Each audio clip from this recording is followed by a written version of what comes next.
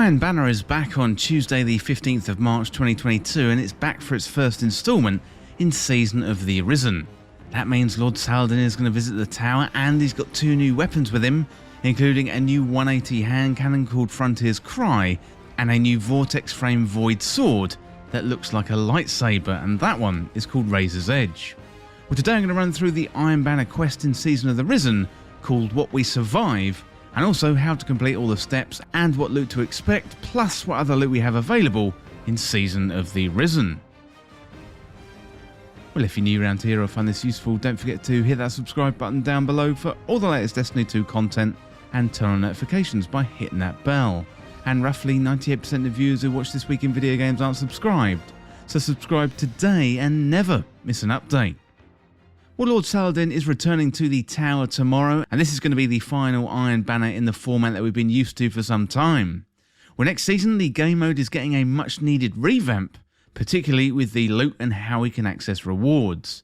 And we don't know the full extent of the revamp at the moment, but Bungie are going to be back later on in the season with all the juicy details. Hopefully it's going to be much more in line with Saint 14 and Trials of Osiris, compared to what we have now.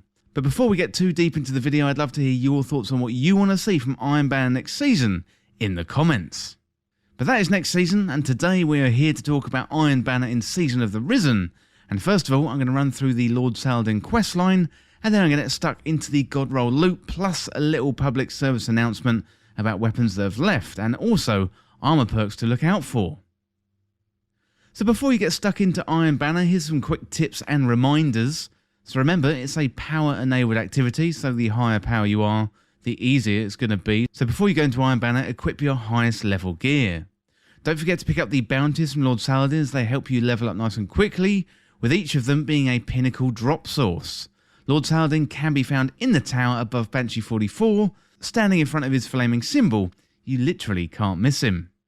Well, to jump into Iron Banner itself, you can select the game mode from the Crucible menu, and you can access that through the director.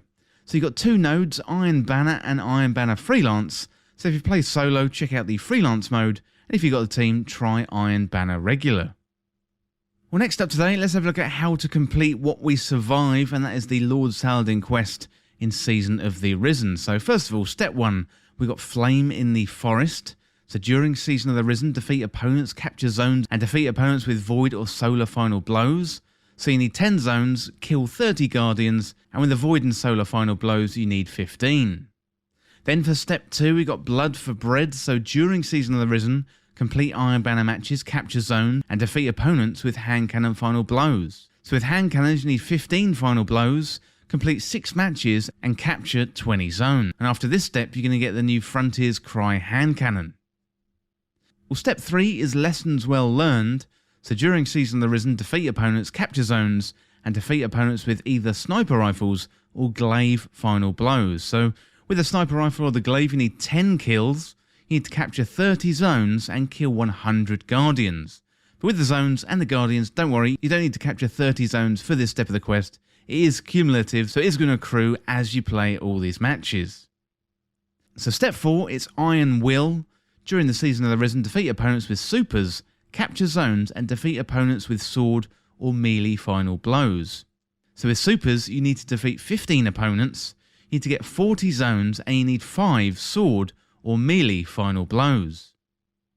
So after this step of the quest, you can get the new Razor's Edge sword, and I think everyone is going to be looking to get that sword this season. Well, finally, is step 5, a story told, so return to Lord Saladin in the tower to collect your rewards. Well, next up I have a little reminder about Iron Banner weapons in Season of the Arisen. Just a quick reminder to say a few weapons have left in the Witch Queen and they're not going to be available this season. So we've got the Multi-Max CCX, the Time-Worn Spire, Guiding Sight, and also the Steady Hand. All of those weapons are unfortunately gone. Well, next up, let's have a look at the Iron Banner God Roll weapons in Season of the Arisen. So let's check out some of the best weapons in the loot pool this season. And first of all, we've got Peace Bond. This one is a legendary kinetic sidearm with an adaptive frame, meaning it's got a well-rounded grip, it's reliable, and fires a 3-round burst. It's one of the better sidearms in the game, plus it's a stasis legendary weapon, so really good for stasis builds if that is your thing. For PvE, Rangefinder and Headstone would be a decent roll. So Rangefinder gives you more range, and Headstone is a stasis perk that says precision final blows that spawn a stasis crystal at the victim's location. Then for PvP, tunnel vision and snapshot sights would be a good role. Tunnel vision increases the target acquisition and aim down sight speed after defeating a target, and snapshot sights provide a faster time to aim down sights. Well, next up we got the Forge's Pledge. So this one is a legendary energy pulse rifle with an adaptive frame, meaning it's got a well-rounded grip, it's reliable and it's sturdy. For PvE, heating up and rampage would be a decent role. So you got heating up and that gives more accuracy and stability while improving the vertical recoil, and rampage, well, that stacks damage up to 3 times. For PvP, Zen Moment and snapshot sights would be a good role. Zen Moment increases stability where you deal damage, and in snapshot sights you get that weapon in your hand nice and fast. Well, next up we've got Reese Walker, one of the best shotguns in the game right now. It's a lightweight frame shotgun, meaning it's got superb handling, and you move faster with the weapon equipped. For PvP, Quick Draw and Iron Reach would be good. Iron Reach is one of the Iron Banner exclusive perks, massively improves the range at the cost of stability. So if you happen to have Iron Reach, ideally you'd have a stability masterwork. That would work really well together. For PvE on the other hand, Surplus and Vorpal Weapon would be a good role. Slideways and Swashbuckler would be decent for PvE too. You know, Swashbuckler is always good for PvE focused builds. Well, to get this one, you can either get it from a random drop from Iron Banner at the end of matches, or when you rank up or hand in Iron Banner tokens at Lord Saladin. Well, next up we got Archon's Thunder. So Archon's Thunder is a legendary power machine gun with a high impact frame, meaning the weapon is slow firing, but it has high damage. The weapon is more accurate when stationary and you're aiming down sights. For PvE, Rangefinder and Rampage would be a good role.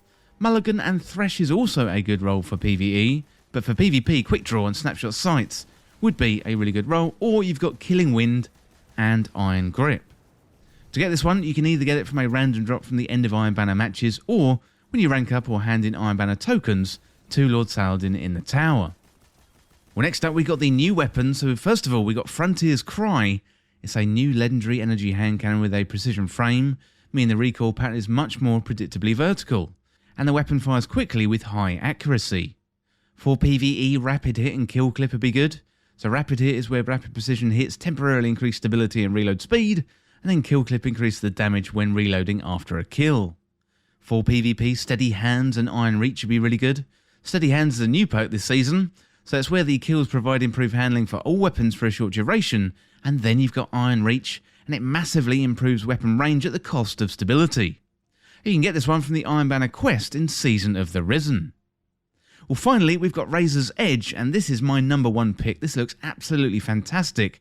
This is a new Void Power Sword, and it is a Vortex Frame Sword where you can launch a heavy spin attack, and heavy attacks are stronger with full energy. So similar to Falling Guillotine, plus it looks like a Light Saber too. So what is not to like? Now for PvE, Relentless Strikes and Chain Reaction would be a decent role.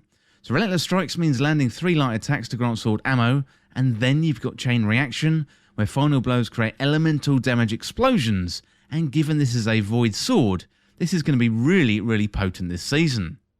For PvP, Duelist Trance and Assassin's Blade is the play. So Duelist Trance is where sword final blows grant increased charge rate, efficiency and defense until the weapon is stowed, and then you've got Assassin's Blade where sword kills, boosts movement speed and also damage too. And once again you can get this from the Iron Banner quest in Season of the Risen.